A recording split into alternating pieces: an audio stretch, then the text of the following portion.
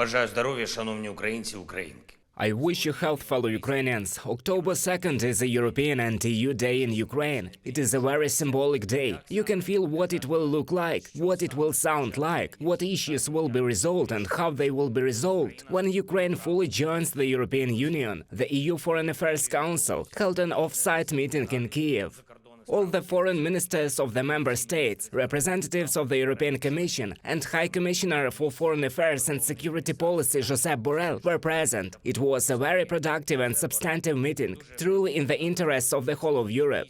This is the first time that this council has met outside the European Union in such an off-site format, but it is formally outside. We all know that it is only a matter of time before Ukraine becomes a member of the EU, so the meeting has actually taken place in the EU already. Objectively, our country is a leader in protecting the very foundations on which European unity rests, the unity of modern Europe, which values human freedom and equality of nations, values international law.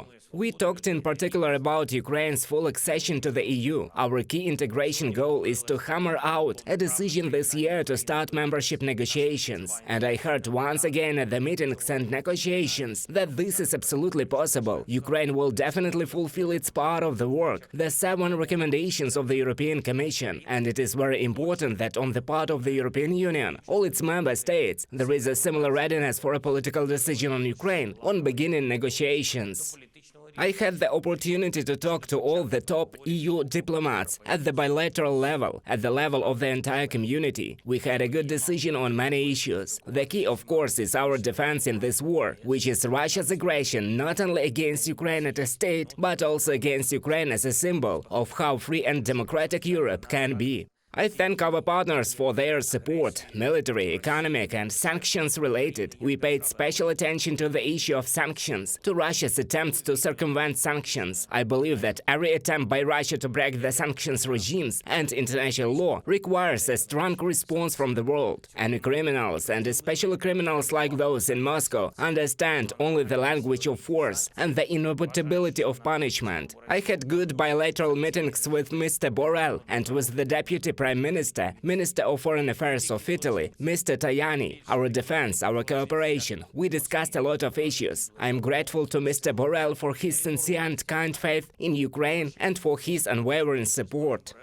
I would also like to thank the whole of Italy, personally Mrs. Giorgia Meloni and the Italian Minister of Foreign Affairs for especially sensitive assistance, in particular in the reconstruction of Odessa. An agreement was signed with Italy to restore Spaso-Preobrazhensky Cathedral in Odessa, which was destroyed by a Russian missile. Regardless of how much Russia destroys history and culture, Europe is capable of restoring everything, and this is the strength of Europe, our Europe, free and solidary.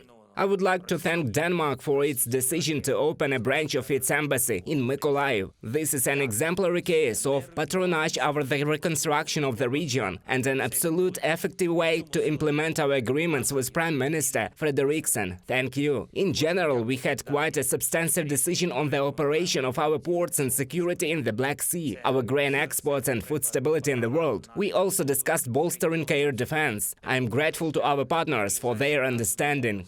I also met with the Minister of Defense of Estonia. I am grateful for the support already provided, and it is a tangible support. 16 defense packages from Estonia. We discussed our further cooperation, plus 2 phone calls. President of the European Commission, Ursula von der Leyen. We talked about political cooperation, about solidarity lanes in Europe and the Ukrainian grain exports, about support for our farmers. It is very important that everyone in Europe adheres to European norms and does not violate the agreements. This is a clear principle of Ukraine, and it is important that the same principle underlines the decisions of all European policy actors. I also spoke with President of the government of Spain, Pedro Sanchez. I thanked him for the principled defense and political support. Ukraine hopes for an effective Spanish presidency of the Council of the EU. We also discussed the international events that we are preparing for together with Spain. Another important result is that our peace formula is gaining more and more support. Thank you for that glad too. And one more words of gratitude, our warriors. The 58th Separate Motorized Infantry Brigade, named after Hetman Vyhovsky, our glorious 79th of our Air Assault Forces, and the 128th Separate Brigade of the Territorial Defense Forces. Thank you, warriors, for your extremely steadfast and effective defense in the areas of Urozhaine,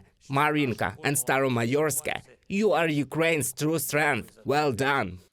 Glory to everyone who fights for our country and people. Thank you to everyone who helps. All the support for Ukraine, every step to help us, will surely be repaid with global security to those who support us. When Russian aggression is defeated on our soil, the very idea of aggression will be crushed. It is only now that international law can prevail. Only here, only in Ukraine, and it will prevail. We will be victorious. Glory to Ukraine.